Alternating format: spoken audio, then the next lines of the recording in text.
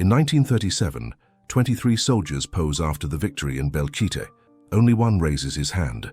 80 years later, historians discover that this desperate gesture concealed a deadly betrayal. And before continuing, subscribe to the channel and activate notifications so you don't miss any new videos. The Madrid Military Historical Archive kept thousands of photographs from the Civil War, but that particular image had remained catalogued simply as Aragon Front Propaganda, 1937. Dr. Carlos Mendoza, a historian specializing in the conflict, had seen it dozens of times without paying special attention. It was a typical photograph of the era, soldiers posing to demonstrate high troop morale. However, that November morning in 2017, while preparing an exhibition about war propaganda, something caught his attention differently. In the image appeared 23 soldiers from the Republican 5th Division posing in formation after taking an Aragonese town. All maintained a standard military posture, arms at their sides, looking forward, serious expression, all except one. In the second row, slightly to the left, a young soldier raised his right hand in what appeared to be a salute. His face, unlike the others, showed a barely perceptible smile. Carlos adjusted his glasses and brought the photograph closer to the lamp.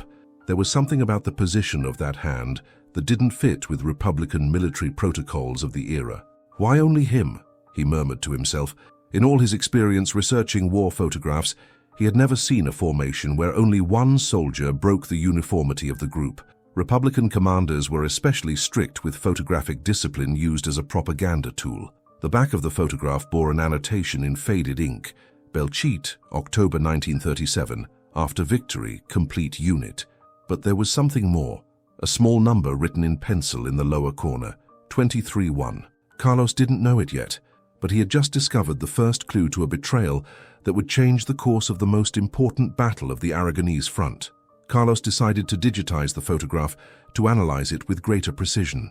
Using the archive's high-resolution equipment, he enlarged the area where the soldier with the raised hand was located. What he discovered left him perplexed. The soldier wasn't making a standard military salute.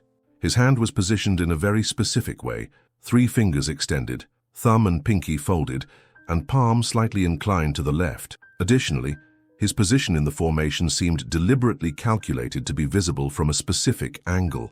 "This isn't military protocol," murmured Carlos while comparing the image with Republican instruction manuals from the era. None of the official salutes matched that particular gesture. It was as if the soldier was sending a message to someone outside the frame. He immediately contacted Elena Vargas, an expert in codes and war communications from the Complutense University. Elena arrived at the archive that same afternoon, intrigued by the description Carlos had given her over the phone. "Carlos, this is extraordinary," said Elena, after examining the photograph for an hour. "The gesture this soldier makes matches signaling codes used by intelligence services during the war. But there's a problem. This specific code doesn't appear in any Republican manual." "What do you mean?" "Look at the finger position. It's a Francoist intelligence code. It means imminent danger or compromised mission, but that would be impossible, because according to all records, this unit was completely loyal to the Republic." Carlos felt a chill. If Elena was right, they were looking at evidence that there was an infiltrator in the Republican ranks who had managed to communicate with the enemy during an official photo session. "We need to identify this soldier," Carlos decided, "and discover what happened to this unit after this photograph was taken." The investigation was about to reveal one of the best-kept secrets of the Spanish Civil War. The search in military archives revealed disturbing information about the 5th Division. Carlos and Elena spent days reviewing files, battle reports, and official communications. What they found challenged the official version of events in Belchite. "Here's the problem," said Elena, pointing to a classified document. "According to the official report, the 5th Division participated gloriously in taking Belchite and continued advancing towards Zaragoza. But look at this other document dated a week after the photograph." Carlos read the report with growing amazement. 5th Division. Complete casualties after enemy ambush. 23 soldiers dead. Cause: compromised information about Republican positions. Infiltration suspected. "Eleanor, this means that the entire unit appearing in the photograph died a week after it was taken. And according to this report, it was because someone leaked information to the enemy." The paradox was chilling. If the soldier with the raised hand was really a Francoist infiltrator, why had he died along with the rest of his unit? Was his signal a warning that arrived too late, or was something more complex happening? Elena found another crucial document in the Republican General Staff archives. Operation Reconquest. Information leakage has been detected in Aragonese front units. Immediate position change ordered for units 14A, 15 and 16A divisions. Carlos, look at the dates. This order was issued the same day the photograph was taken. Someone in the Republican High Command knew there was an infiltrator, but the information arrived too late to save the 5th Division. But then, who was the soldier with the raised hand? The infiltrator or someone trying to expose the infiltrator? To solve the mystery, they needed to identify the soldier individually. The 5th Division records included a complete list of names, but without individual photographs. However, Carlos remembered the number noted on the back of the photo, 23-1. Elena, what if this number wasn't casual? 23 soldiers in the photo. 23 soldiers dead, according to the report. The 1 could indicate soldier number 1 in some type of list or formation. The answer was in the archives, but discovering it would require venturing into territories much more dangerous than they had imagined. The search for survivors of the now extinct 5th Division seemed impossible, given that all had died according to official records. However, Eleanor discovered a discrepancy in the archives. The report mentioned 23 dead soldiers, but the division's official list included 24 names. Carlos, there's someone who isn't on the casualty list, said Elena excitedly. Miguel Santos Herrera, corporal of the 5th Division. His file ends abruptly after Belchite, with no mention of death or transfer. A search in post-war civil records revealed that Miguel Santos had survived the war and settled in Barcelona, where he worked as a mechanic until retirement. Even more incredible, he was still alive at 99 years old in a nursing home in Sitges. Carlos and Elena immediately traveled to Barcelona. Miguel Santos was a frail man, but with surprisingly clear memory. When they showed him the photograph, his eyes filled with tears. "My God, I hadn't seen this photo in 80 years, whispered Miguel with a trembling voice. "I remember that day perfectly. It was the last day I saw my companions alive." "Miguel, we need you to tell us about the soldier who raises his hand," said Carlos gently. "Do you remember why he did it?" Miguel remained silent for long minutes, as if reliving that moment. Finally, he spoke. His name was David Ruiz. He was very young, maybe 19 years old. He arrived at our unit 2 weeks before Belchite. He said he came from Malaga, but something about him didn't fit.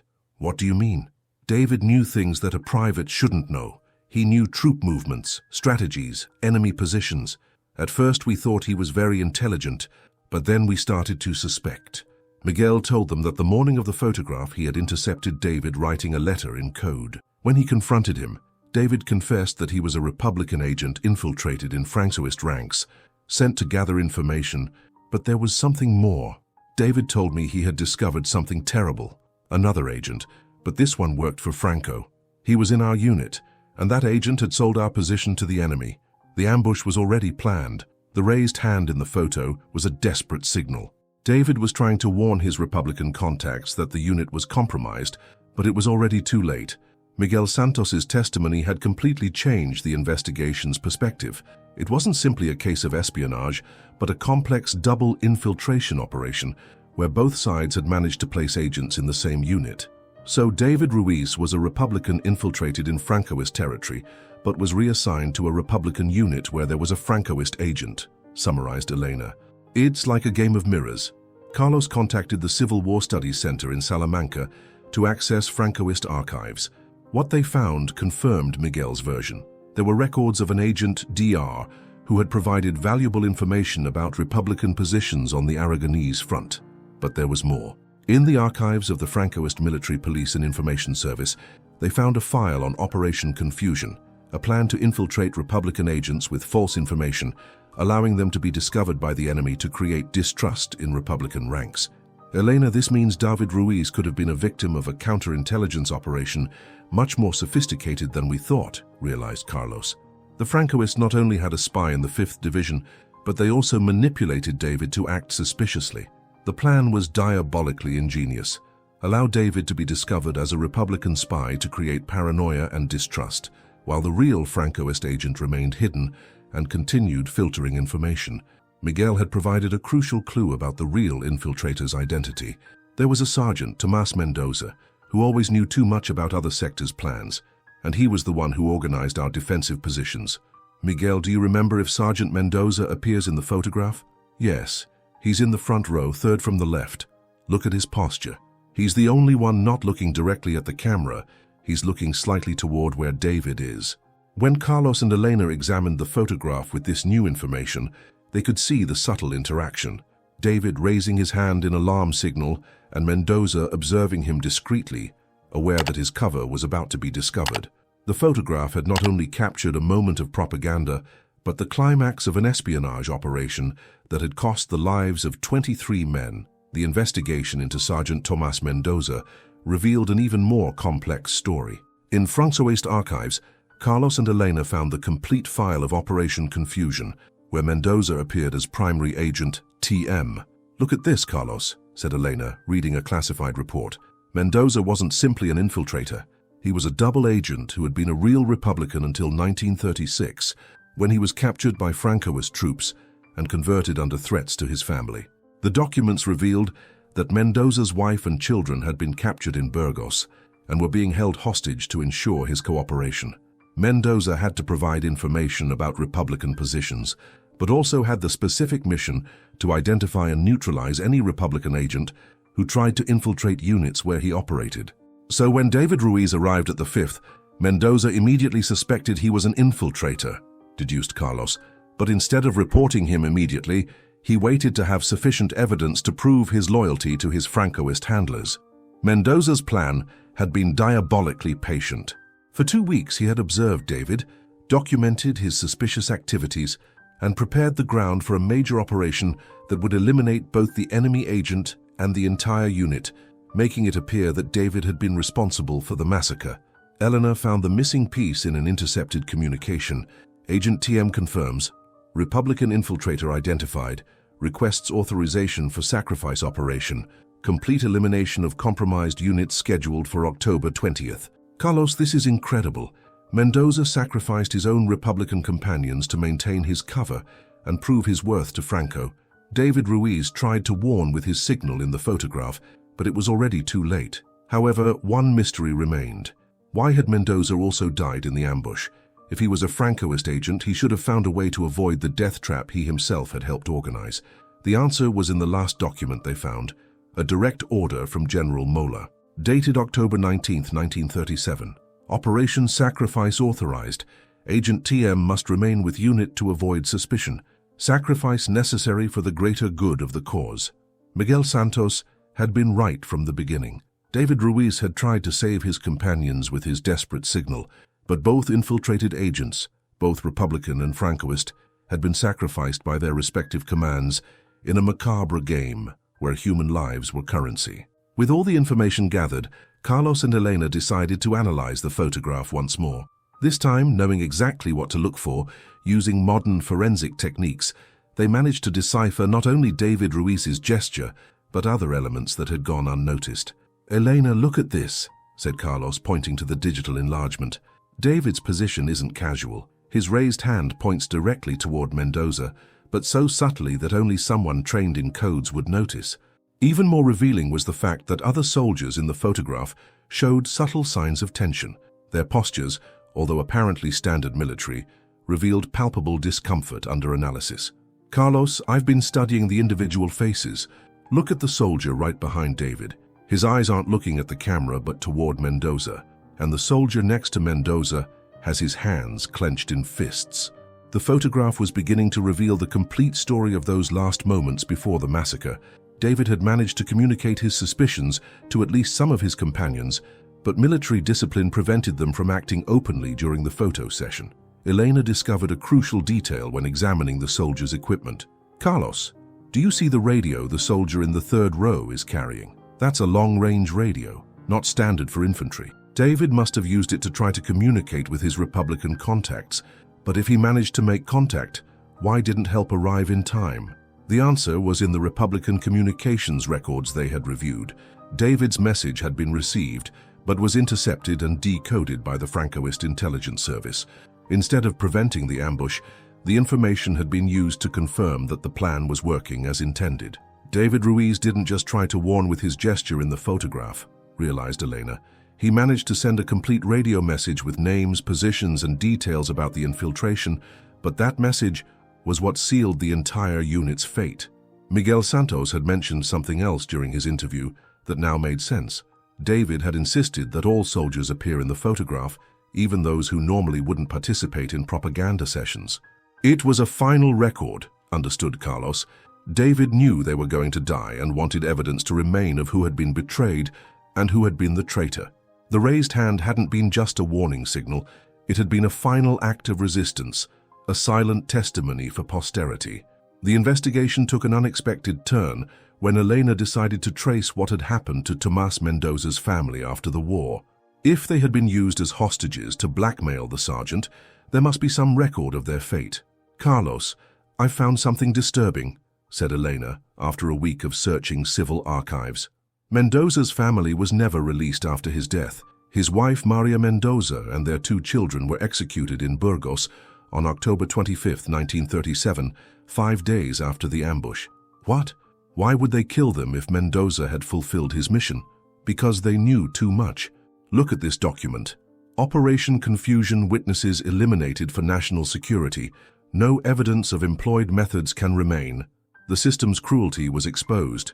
Mendoza had betrayed his companions to save his family, but Franco had ordered the hostages executed anyway to eliminate any trace of the covert operation. However, Elena had found something more in the parish archives of Burgos.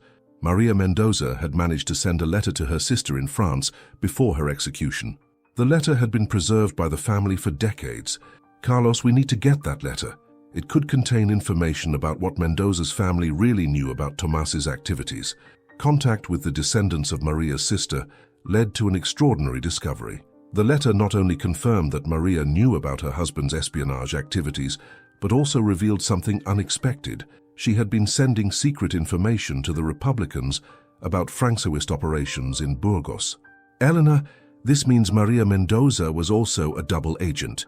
While Franco used her family to control Tomás, she was passing information in the opposite direction." The letter included a crucial paragraph. "My dear sister, if something happens to us, you must know that Tomás never voluntarily betrayed his companions.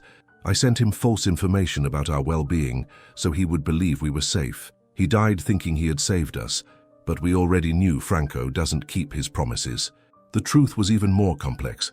Maria had consciously sacrificed her life and her children's to protect the information she had been filtering to the Republicans. Tomás had died believing he was saving his family, but Maria had died knowing she had contributed to the Republican cause until the end.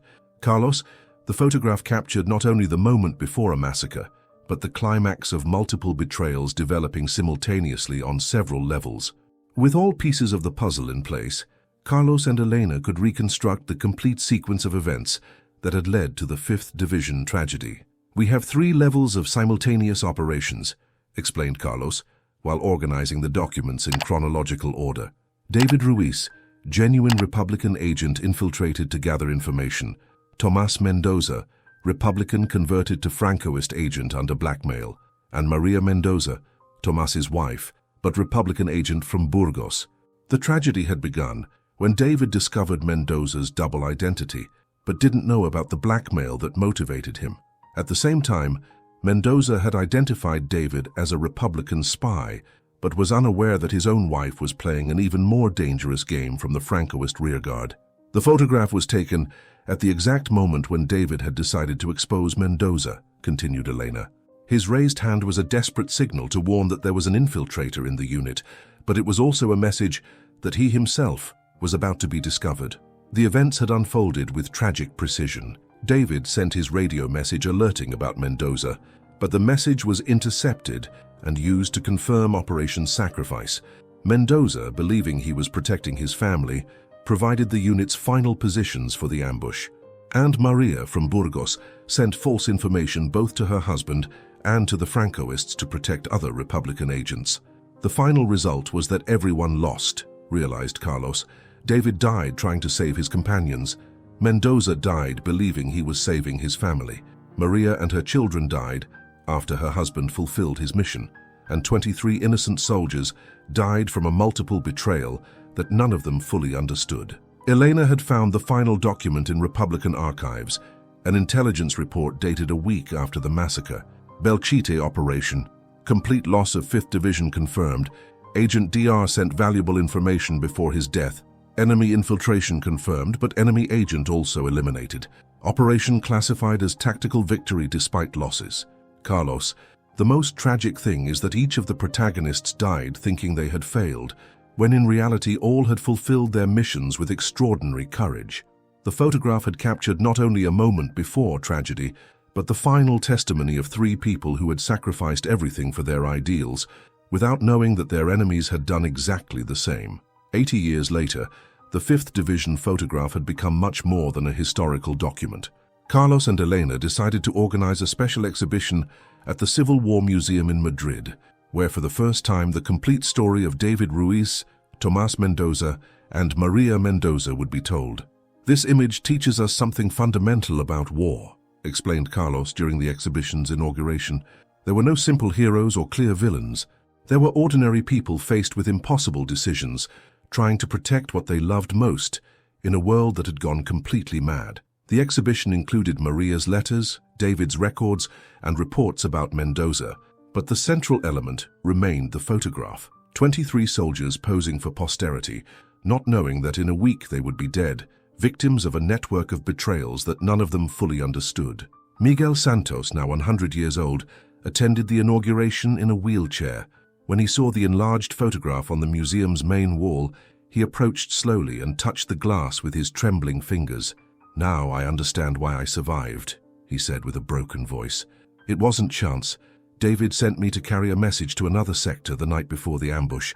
He saved my life, without me knowing why. Until today, I had lived with the guilt of being the only survivor." Elena had discovered that final detail in the last days of investigation. David had managed to get Miguel out of the danger zone by sending him with an apparently routine message, but actually saving the only witness who could tell the story decades later. David didn't just try to warn about the betrayal, Elena explained gently. He made sure someone would survive to tell what really happened. You have been his witness for 80 years without knowing it. The photograph now occupied a place of honor in the museum, accompanied by a plaque that read, "In memory of David Ruiz, Tomás Mendoza, Maria Mendoza, and the 21 soldiers of the 5th Division, victims of the multiple betrayals of a fratricidal war. Their sacrifice reminds us that in every war the real enemies are not the soldiers of the other side, but those who manipulate people's courage and love for their own ends." Visitors from all over Spain came to see the photograph, but now they looked at it differently. They no longer saw just soldiers posing for propaganda. They saw David Ruiz raising his hand in a final gesture of warning and resistance. They saw Tomás Mendoza living his last moments believing he was saving his family. They saw 21 men who would die without knowing why, victims of a game of betrayals that overwhelmed them. But above all, they saw proof that even in history's darkest moments, there are always people willing to sacrifice everything to protect others, even knowing that probably no one will remember their names. 80 years later, finally, they were remembered.